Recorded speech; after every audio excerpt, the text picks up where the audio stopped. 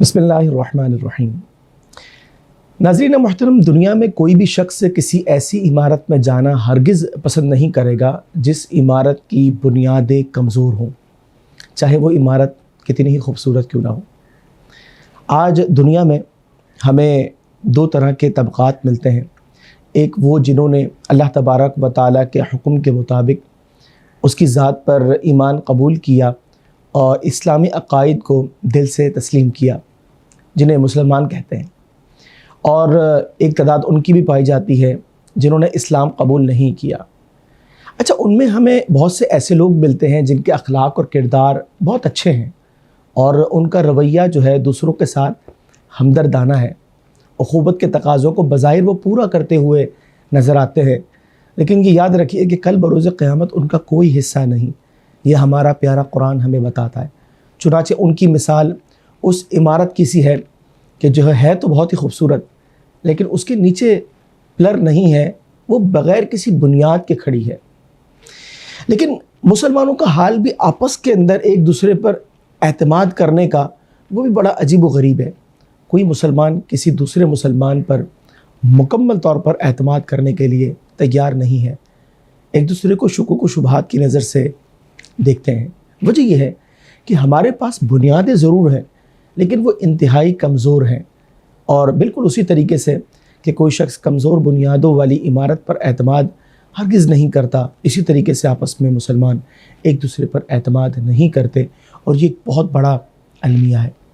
یاد رکھیے کہ فقط ایمان اس حد تک سمجھنا کہ کلمہ طیبہ جو ہے وہ زبان سے ادا کر لیا جائے، یہ درست نہیں ہے، بلکہ عقائد اسلام کو سیکھنا، یعنی توحید سے لے کر کے جنت اور دوزخ تک کے تمام عقائد کو جاننا، یہ ایک مسلمان پر فرض ہے۔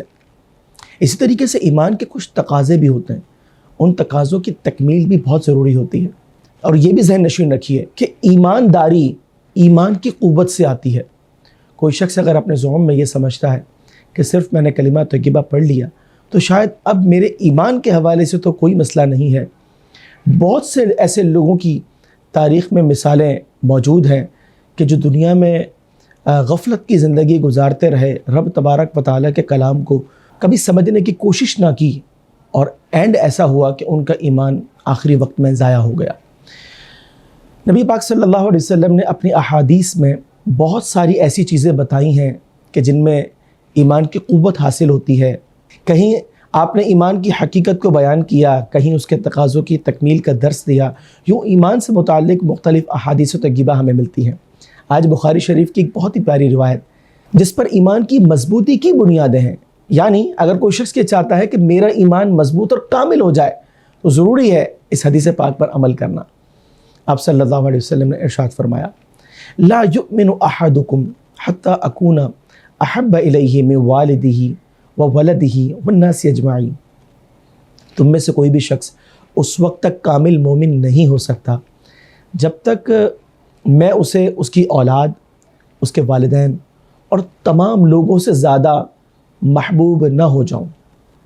ناظرین، محبوب جو ہے وہ محبت سے ہے۔ سب سے پہلے ہمیں یہ سمجھنا ہوگا کہ یہ محبت کیا چیز ہے۔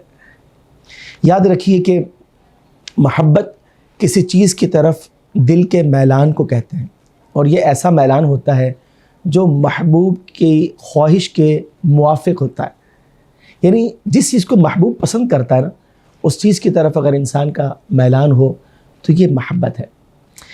نبی پاک صلی اللہ علیہ وسلم سے سب سے بڑھ کر پیار کرنا، محبت کرنا ایک مسلمان کے ایمان کو کامل کرتا ہے۔ اچھا، محبت کن وجوہات کی بنیاد پر ہوتی ہے، ہمیں یہ بھی سمجھنا چاہیے۔ 3 وجوہات ہیں ناظرین جن کی وجہ سے انسان کسی چیز سے محبت کرتا ہے۔ اس میں پہلی وجہ یہ کہ انسان کے حواس جو ہوتے ہیں، انسان کی آنکھیں ہیں، کان ہے، زبان ہے، یعنی یہ جو قوتیں انسان کو دی گئی ہیں، قوت باصرہ، سامعہ، لامسہ، ذائقہ، اس سے انسان کو کوئی چیز پسند آتی ہے۔ مثال کے طور پر آنکھوں کو کوئی حسن بھاتا ہے، انسان اس حسن سے محبت کرتا ہے، اس لیے کہ حواس جو ہے وہ لذت محسوس کرتے ہیں۔ اور کبھی انسان محبت کرتا ہے عقل کے لذت پانے کی وجہ سے، عقل کو مزہ آتا ہے۔ مثال کے طور پر کسی شخص کی بزرگی اور اس پر جو فضائل اور کمالات اللہ تبارک و تعالیٰ کی جانب سے ہوئے اس سے انسان کو محبت ہو جاتی ہے۔ یہ محبت ظاہری نہیں ہے بلکہ یہ باطن سے محبت ہے، اس کے باطن کی بنیاد پر انسان جو ہے وہ اس سے محبت کرتا ہے، اس سے پیار کرتا ہے۔ اور کبھی ایسا ہوتا ہے کہ انسان احسان کی وجہ سے اپنے محسن سے محبت کرتا ہے۔ یاد رکھیے کہ نبی پاک صلی اللہ علیہ وسلم ان تینوں جہات سے انتہائی کامل ہیں۔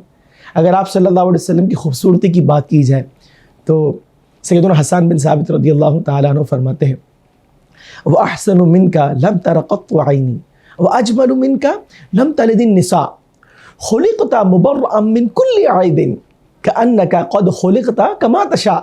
یا رسول اللہ صلی اللہ علیہ وسلم، آپ جیسا حسین میں نے ساری کائنات میں دیکھا ہی نہیں، اور آپ جیسا جمیل کسی ماں نے جنا ہی نہیں، اور آپ کو تو تمام عیوبات اور تمام برائیوں سے پاکیزہ پیدا کیا گیا، گویا ایسا پیدا کیا گیا جیسا کہ آپ چاہتے تھے۔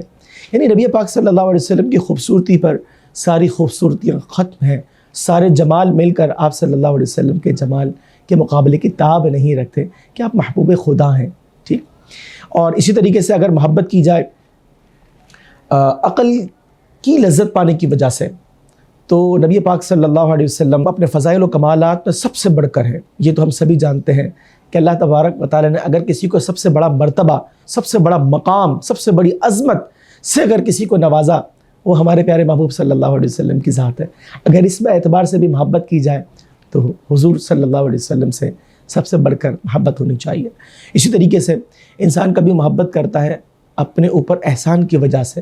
رسول پاک صلی اللہ علیہ وسلم نے جو ہم پر احسان فرمایا کہ ہم نے رب کا تعارف دیا، کامیابی کے سارے راستے آپ ہی نے بتائے، آپ ہی نے دکھائے اور آپ ہی نے ان پر چلایا۔ ناظرین، قاضی ایاز آپ بہت مشہور بزرگ ہیں، اور صدیوں پہلے آپ رضی اللہ تعالی عنہ نے اس حدیث پاک کی شرح کے اندر چند باتیں لکھی ہیں۔ اگر اس کو سمجھ لیا جائے تو یقیناً ایمان میں تازگی بھی آئے گی اور کاملیت بھی آئے گی۔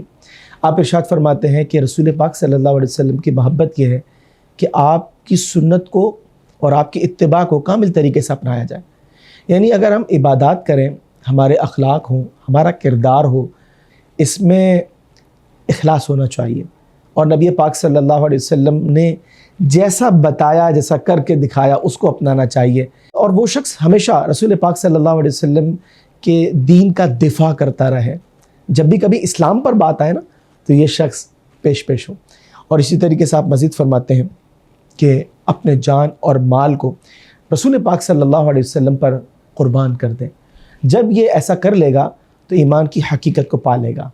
اور ناظرین، جو لوگ نبی پاک صلی اللہ علیہ وسلم پر کسی کو کسی بھی اعتبار سے ترجیح دیتے ہیں، کسی سے زیادہ محبت کرتے ہیں، حضور صلی اللہ علیہ وسلم کی محبت کا اس حد تک غلبہ نہیں ہے، تو یاد رکھیے کہ ایسے شخص کا ایمان کامل نہیں ہے۔